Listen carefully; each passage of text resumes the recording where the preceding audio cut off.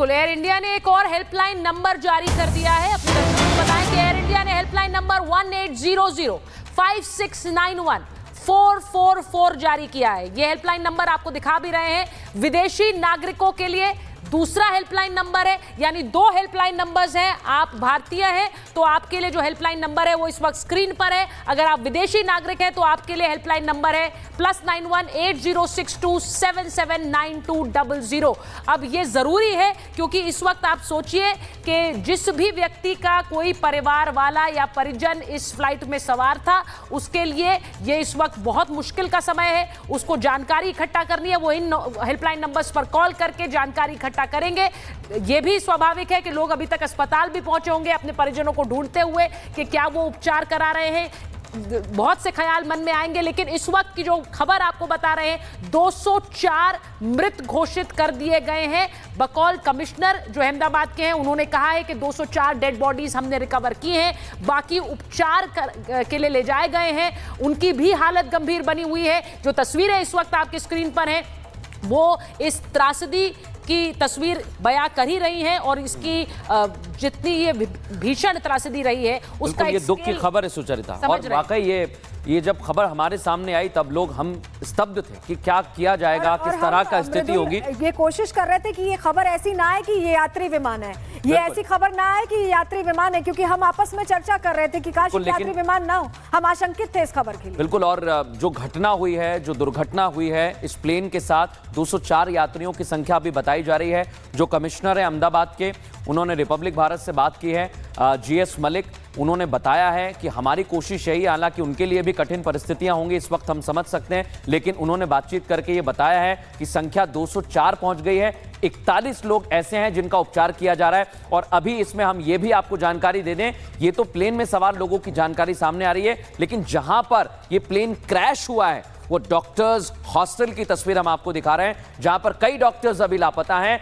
कई डॉक्टर्स की स्थिति गंभीर है, क्योंकि जो इसमें फ्यूल भरा होता है, आसान भाषा में कहते हैं ज्वलनशील होता है, क्योंकि जरा सा धमाका बहुत ज्यादा आग पकड़ता है। और यही हमें नजर आ रहा था अगर वो तस्वीर हम देखेंगे। इसलिए अस्पतालों की स्थिति आप देखिए, पास में सिविल अस्पताल भी है 2 से 3 किलोमीटर की दूरी पर, वहां पर भी इमरजेंसी घोषित की गई थी। और लगभग सुचरिता हादसे के 20 मिनट बाद इमरजेंसी घोषित की गई थी। लेकिन हम कह रहे हैं कि हादसा इतना जोरदार था, जोरदार धमाका हुआ, उस वजह से कई लोगों का बचना मुश्किल था। लेकिन फिर भी इस समय 41 लोग ऐसे हैं जिनको उपचार दिया जा रहा है। कई ऐसे हैं जिनकी तलाश की जा रही है, जो लापता हैं, उनको लेकर भी बड़े अपडेट आ रहे हैं। लेकिन अहमदाबाद के पुलिस कमिश्नर GS मलिक ने रिपब्लिक भारत से यह बताया है बातचीत में कि 204 लोगों की डेड बॉडी रिकवर कर ली गई है। यह बहुत दुखद खबर है। हालांकि जांच के विषय की बात हम कर रहे थे सुचरिता, जांच की जाएगी। बहुत सारे ऐसे पॉइंट हैं जो जांच के दायरे में आएंगे। और जैसा सुचरिता, आमतौर पर हम प्लेन में बैठते हैं, थर्स्ट बड़ा महत्वपूर्ण होता है, क्योंकि वही जो होता है वो पावर देता है और उसी से फ्लाई करते हैं हम। लेकिन यहां पर थर्स्ट में गड़बड़ी हो सकती है।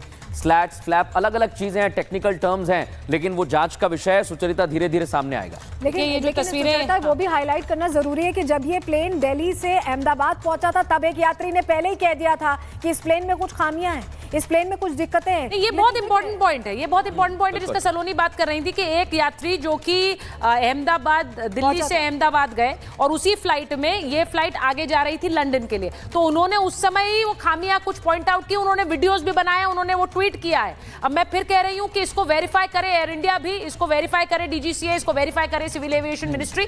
लेकिन अगर इस तरह की कोई टेक्निकल ग्लिचेस प्लेन में एक आम यात्री महसूस कर पा रहा है, क्योंकि आमतौर पर कई बार ऐसी आवाजें आती हैं जो आम आदमी को नहीं समझ आती, वो प्लेन की उड़ान से जुड़ी होती हैं। लेकिन अगर उन्हें कुछ अंदेशा था और उन्होंने उसके बारे में ट्वीट किया, तो क्यों नहीं इसके बारे में एयर इंडिया या फिर जो कंसर्न डिपार्टमेंट्स हैं उनको सुध लेनी चाहिए, क्योंकि ये बहुत ही इसका सीधा मतलब तो ये है कि ये एक चूक है। ये चूक भी है और ये बहुत अनयूजुअल है कि अगर एक यात्री को ये महसूस हो रहा है, तो जो वहां पर चेक करते हैं, जो पैरामीटर्स वेरीफाई करते हैं, क्या उन्हें ये महसूस नहीं हुआ? बड़ी बात ये है सुचरिता और मृदुल की वो 2 घंटे की फ्लाइट थी। आप आप दिल्ली से अगर अहमदाबाद जाते हैं तो 2 से 2.5 घंटे का समय लगता है, उतनी देर की वो फ्लाइट थी। ये फ्लाइट 9 घंटे के लिए फ्लाई कर रही थी। तो 9 घंटे के लिए अगर इस बीच अगर 2 घंटे में दिक्कत आ गई, 2 घंटे में यात्री को ये महसूस हो गया, तो क्या जब फ्लाइट वहां अहमदाबाद पहुंची तो एयर इंडिया की जो तमाम कर्मचारी थे या जो भी चेक करते हैं पैरामीटर्स को, जो प्रोसीजर फॉलो होता है, पूरा प्रोटोकॉल होता है, क्या उसे प्रॉपरली फॉलो नहीं किया गया? क्योंकि कई बार ऐसा भी देखा जाता है कि जल्दबाजी में टाइम हो रहा है विमान को उड़ाने का तो फटाफट वो करते हैं, तो क्या वहां कोई लापरवाही हुई है? देखिए इस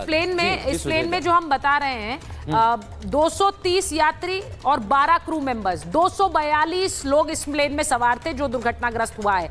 अब इसमें अभी जो खबर आ रही है वो ये भी कि जो उपचार के लिए पहुंचाए गए हैं, इसमें जो कंफर्म डेड की हम संख्या बता रहे हैं उसमें सिर्फ यात्री हैं या फिर आसपास के भी जो लोग इस दुर्घटना में का हिस्सा हुए हैं, क्योंकि अभी ये भी कहा जा रहा है कि डॉक्टर्स हॉस्टल में भी कुछ क्षति हुई है। तो इसको लेकर भी थोड़ा सा कंफर्म करेंगे, क्योंकि यहाँ पर जैसा मैंने कहा कि 2 पॉइंट्स ऑफ ट्रेजेडी रही है। एक तो प्लेन में जो सवार थे और दूसरा जो प्लेन जाकर गिरा है डॉक्टर्स हॉस्टल पे, दोनों ही जगह 242 क्रू मेंबर्स प्लेन में और बाकी जो डॉक्टर्स हॉस्टल में थे। बिल्कुल। और एक और बड़ी बात जो सुचरिता आप कह रहे हैं, हम लगातार ये जानकारी दे रहे हैं, ये तस्वीरें दिखा रहे हैं। जो डॉक्टर्स हॉस्टल की हमने तस्वीरें देखी सुचरिता, सुबह तस्वीरें आई, वहां पर कार्स जल गई थी, कई सारी कार पार्किंग में लगी हुई थी, वो जल गई थी।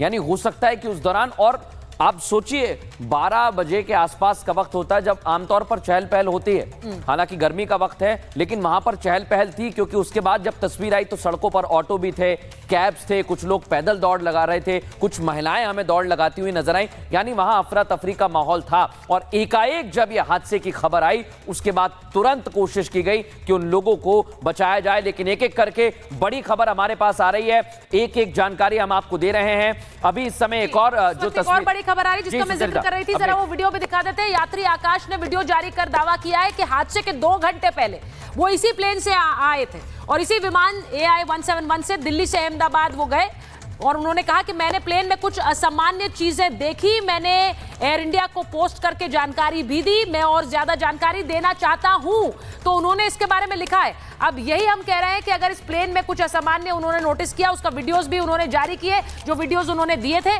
और उसके बाद उन्होंने इसके बारे में जानकारी देने की बात कही, तो एयर इंडिया ने इसको भी गंभीरता से लेना चाहिए था। एयर इंडिया ने इस हादसे के बाद अपना जो ट्विटर हैंडल है उसे, एक्स हैंडल है उसे ब्लैक कर दिया है, काला कर दिया, और जाहिर है दुख की घड़ी है, इसी के चलते उन्होंने ऐसा किया। लेकिन जो एक प्रीएम्प्टिव एक्शन है, क्या वो उसे लिया जाना चाहिए था? सवाल ये है, क्योंकि अगर कोई भी यात्री किसी तरह का कोई फीडबैक दे रहा है उसे गंभीरता से लिया जाना चाहिए, खासकर उस फ्लाइट के बारे में जो एक लंबी दूरी की उड़ान अभी भरने वाली है, उस विमान के बारे में जानकारी। अब ये सिर्फ एक दिल्ली टू लंदन की फ्लाइट नहीं है, इस तरह का हादसा किसी 1 घंटे की फ्लाइट में भी हो सकता है, भगवान न करे। फ्लाइट में हो सकता है, लेकिन इसके लिए ये जो विमानन कंपनियां, इन्हें एक्टिव होना होगा, क्योंकि अगर कोई यात्री बता रहा है आप 300 कैपेसिटी की फ्लाइट उड़ा रहे हैं, आप फेयर के लिए हाई चार्जेस करते हैं, तो आपको ये भी मेंटेन करना होगा कि जो सारे प्रोटोकॉल है वो फॉलो किए जाएं, जो मेंटेनेंस है वो फॉलो किया जाए प्रॉपर्ली। और अगर कोई यात्री शिकायत कर रहा है तो उस पर तुरंत एक्शन भी होना चाहिए, क्योंकि ये उसकी जिंदगी का सवाल है,